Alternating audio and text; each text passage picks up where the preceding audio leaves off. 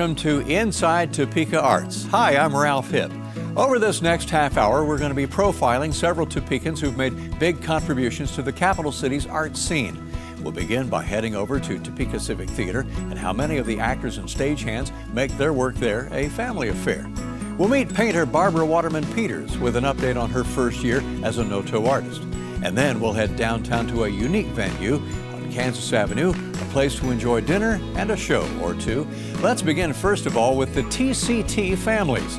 We sat down with three of them to find out why they spend hundreds of hours every year, like 2012, volunteering at their local theater. I think we do community theater actually because it's a way for the family to spend time together. It's something that we all love doing, and it bonds us all together, and we're lucky enough to have an avenue that we can do that. Some people have sports, some people music, ours happens to be theater, and we all love doing it, and that's kind of what got us going. I'm not involved this evening, but I am part-time crew for this show, filling in some nights when people weren't available, when they needed just a couple nights off. If I weren't doing that, I would be either hosting, taking tickets before the show, or working the club waiting tables or bartending. I'm currently on the running crew backstage for this show, part-time, and tonight's one of my nights, so I'm scheduled. For this show, I'm just on the club staff, so waiting tables is pretty much my job. And I am in the cast of the show. This isn't what I wear to work generally. I'm a member of the chorus, so I'm in the crowd scenes, and I get plugged into various roles throughout the show. We try to make a commitment of doing at least one show a year as a family, and then another show. I know, for example, with my husband and I, we're doing one show together, where perhaps he's on stage and I'm behind the scenes. And even if we don't actually get on stage, there's other opportunities here that we can do stuff as a family, whether it be striking a set, regardless of what show it is. They need volunteers to help strike, or we host, or work backstage. There's always opportunities to do something together as a family. Just seeing each other backstage, we'll always have a smiling face, and I just love being here with her because she always makes me happy, and she always boosts up my spirit. If I feel like maybe I did bad on a solo, she can always say, "You did great, you did your best," and it just really lifts you up and encourages you. Jim, my brother, was the one who initially started in theater, and kind of trickled down from there. I saw the love that he had and the fun he was having in theater, and I wanted to be part of that, and I got involved in it too. And for years we did it together, and then as our family, once we had families and started to grow, they just kind of just stepped in with us, and it's kind of grown since then, and we've been doing it together ever since. So. I remember seeing a show back when it was down by the Mission, and I loved it, but I didn't have any kids at that time. I thought, oh, I'd love to do that.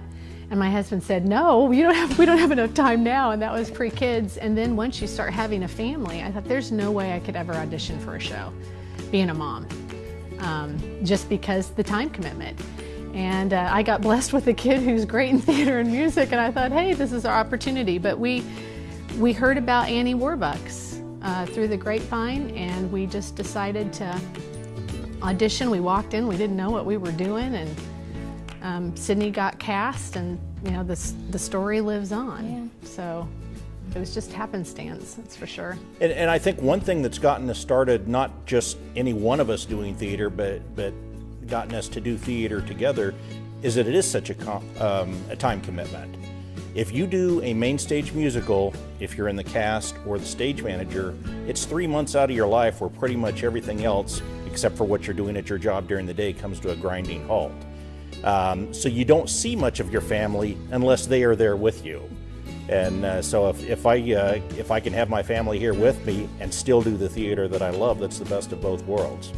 And I have been on stage with both of my daughters before.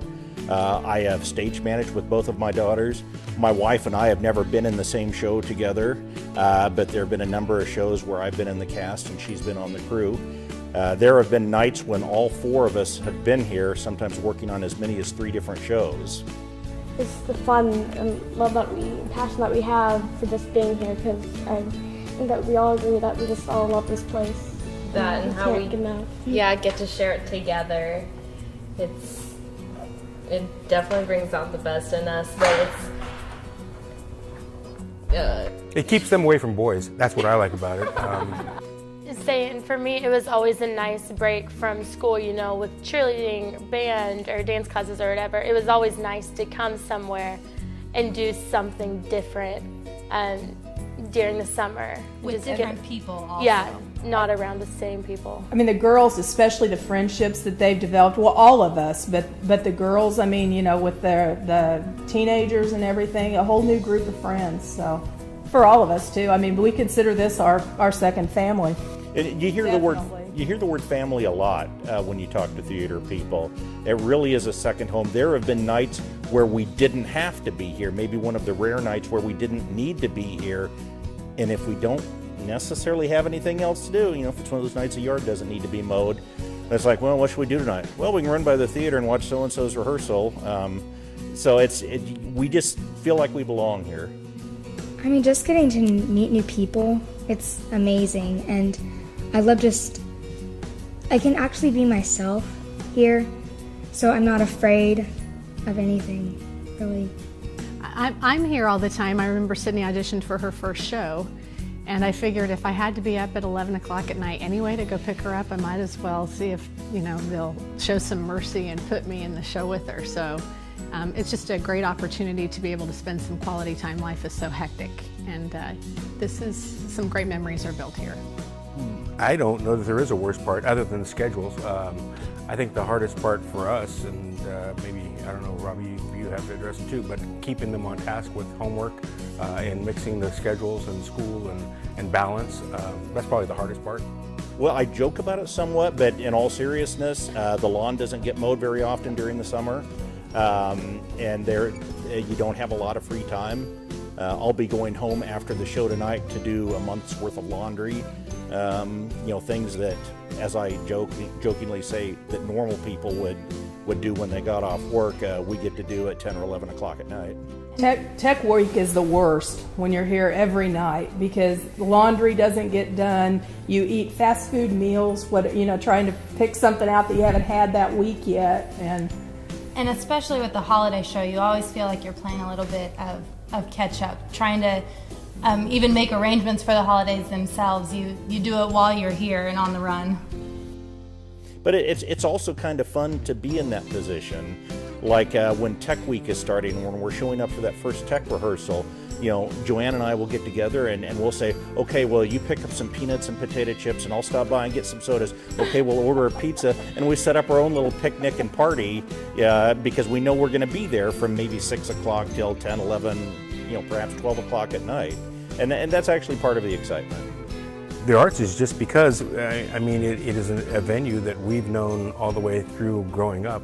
My mom exposed us to dance and theater and singing, and we've always had that avenue, and hopefully we've passed that along to our kids, and it's just something that's very important to us, and like I said, even if it's not in the theater, it is in other realms. When we return with more of Inside Topeka Arts, we'll head over to North Topeka to meet artist Barbara Waterman Peters.